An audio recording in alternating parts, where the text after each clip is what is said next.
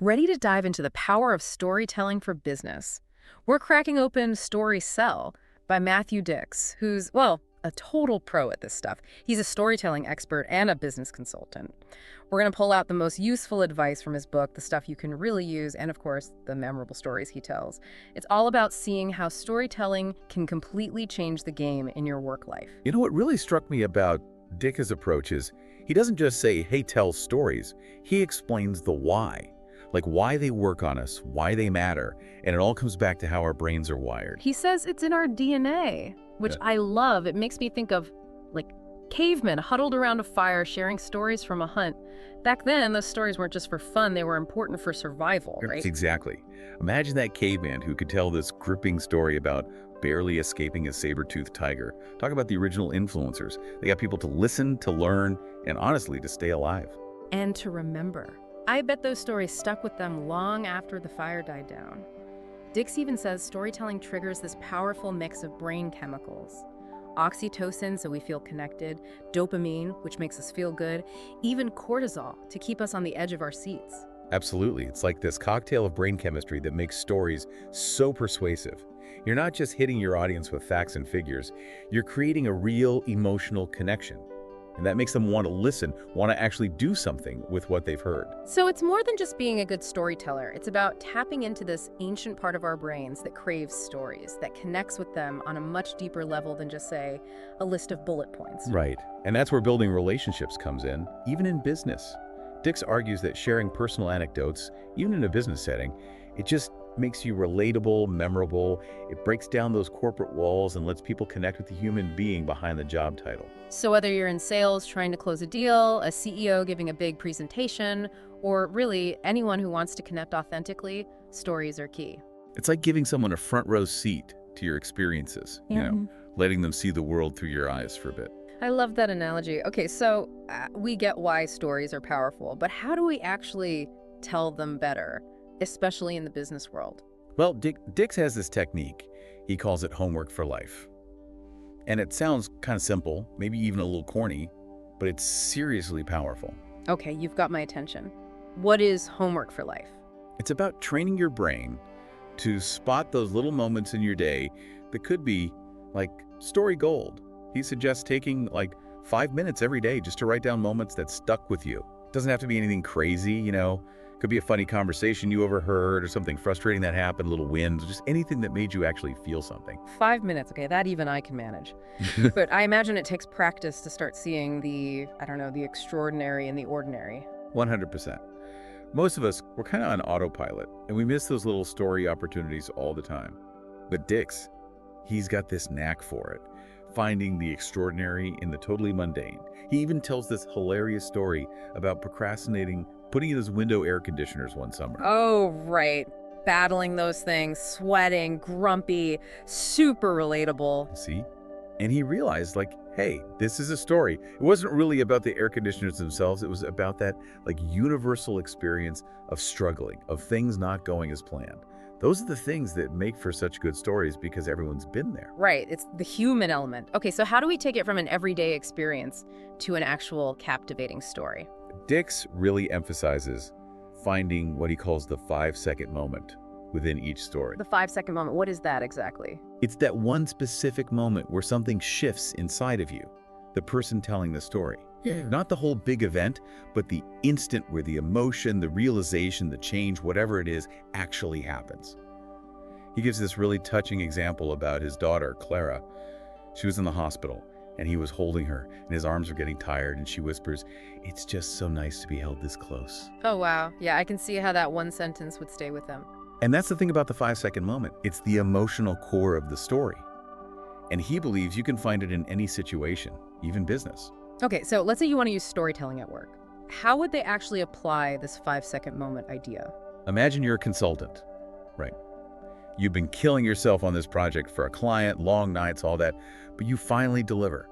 That moment when the client tells you how grateful they are, the relief in their voice, that's your 5-second moment. Because it's not just about the project being done, it's about the impact your work had, that connection you built by going above and beyond, that universal human element again. Right. And once you've got that 5-second moment, you can use it to shape your story. Maybe by using another one of Dick's techniques, the but and therefore structure. Oh, yeah, I've heard of that.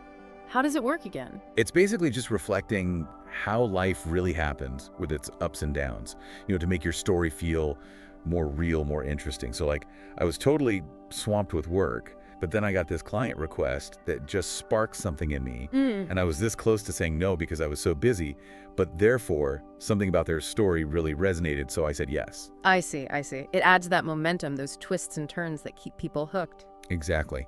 And you know what? Dix actually tells this great story about almost missing a job interview because he was so focused on teaching. He was in the middle of a lesson, but then he gets the call for this interview and he almost blew it off. He was so dedicated to his students, but therefore something the principal said on the phone, something about their own story, convinced him to go. And guess what? He got the job. Wow, so it's like this chain reaction of stories, one leading to the next. And that's just how it works. Stories are connected, Yeah. They build on each other, create this like web of shared experiences. That's so true. Okay, so we've got homework for life, the 5-second moment, and this but and therefore structure. Awesome techniques. But what about when we actually have to deliver the story, especially in a business setting? What are some traps we should avoid? Oh yeah, we can have all the right tools, but use them totally wrong. It's like Dick says, we gotta watch out for death by slideshow. I've definitely been in the audience for a few of those. Haven't we all? It's that thing where people think a slide deck is a story, like just throw enough bullet points and data up there and bam, you've told a story. When really you've just lost everyone on slide 3. So what's the cure for this death by slideshow problem? Dix is all about keeping it simple. He says your slides, they should be there to back up your story, not be the whole thing. Left text, powerful visuals, but just a few, and let your voice do the heavy lifting. It's about captivating people with your words, your energy, how you're coming across, not information overload. 100%. He even says, he's happy if the power goes out mid-presentation because he's the story, not the slides. That's confidence right there. Okay, so we've got death by slideshow. What other storytelling no-nos are there, especially in the business world? Well, there's another one he calls the we trap. You hear it all the time in companies, right? We achieved this, we implemented that. But the ironic thing is, using we too much can actually make the story less interesting. Really? Why is that? You'd think teamwork would be a good thing to highlight. It is. But when everything is just this group effort, it starts to feel impersonal.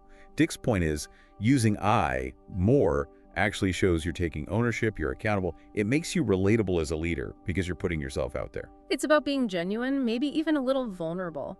Kind of like Steve Jobs. Think about when he launched the iPhone. He didn't stand up there like, we made the iPhone. He owned that moment. Exactly. And that's what made it so powerful, why people still talk about it. And speaking of leadership, Dix also says, don't have too many cooks in the kitchen when it comes to storytelling. So resist the urge to let a committee come up with the company story.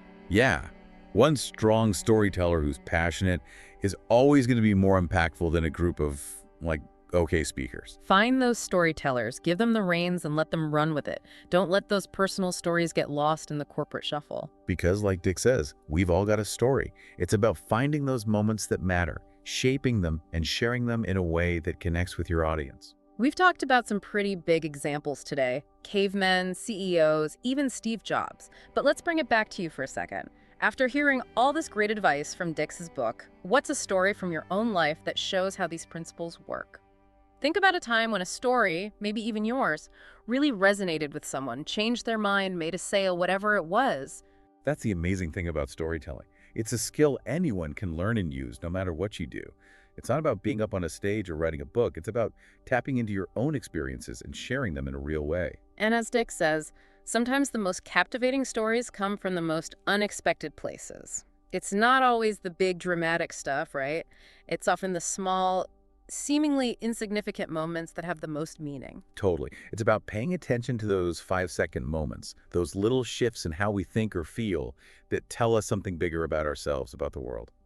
So as you go about your day, remember the power of stories. Pay attention to the stories happening all around you and don't be afraid to share your own. You never know who needs to hear it. That's the magic, really. Stories have the power to transform not just businesses, but lives.